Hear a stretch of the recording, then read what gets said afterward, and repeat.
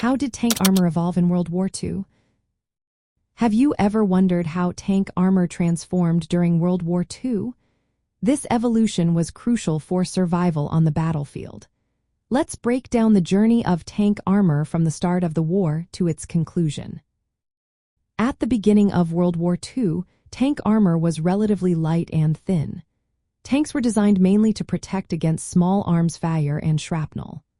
Early German tanks, such as the Panzer I and Roman II, had armor that was quickly deemed inadequate against more powerful weapons. As the war progressed, the need for stronger armor became clear.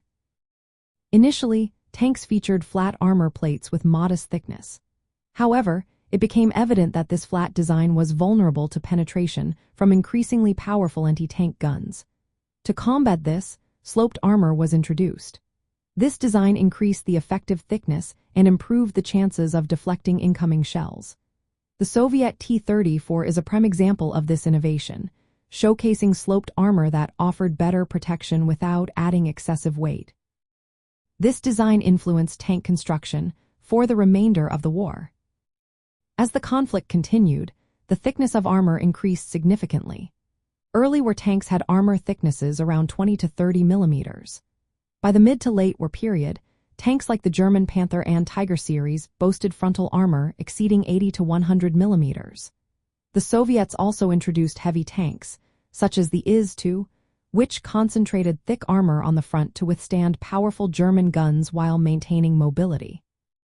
Another noteworthy advancement was the introduction of spaced armor. This involved placing two layers of armor with a gap between them. This design helped disrupt shape-charge warheads and reduced penetration from anti-tank weapons. The Germans utilized this concept on tanks like the Panzer III and Roman IV by adding additional armor plates and skirts to protect vulnerable areas. The evolution of tank armor was also influenced by the need to balance protection with mobility. Thicker armor added weight, which could reduce speed and maneuverability. Designers had to find compromises, sometimes sacrificing armor thickness in less critical areas to keep tanks agile on the battlefield. The practical applications of these armor improvements became evident in the battlefield survivability of tanks. Tanks with enhanced armor could engage enemy forces more effectively and withstand hits that would have destroyed earlier models. This evolution also prompted changes in tactics, as tank crews adjusted their strategies based on the strengths and weaknesses of their armor in relation to enemy weapons.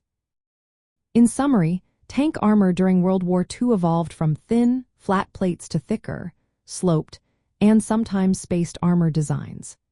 This transformation was driven by the need to counter more powerful anti-tank weapons while maintaining mobility. The advancements led to some of the most iconic tank designs of the war, including the Soviet T-34, German Panther, and heavy IS-2 tanks. These developments significantly influenced tank warfare doctrine and shaped the future of armored combat.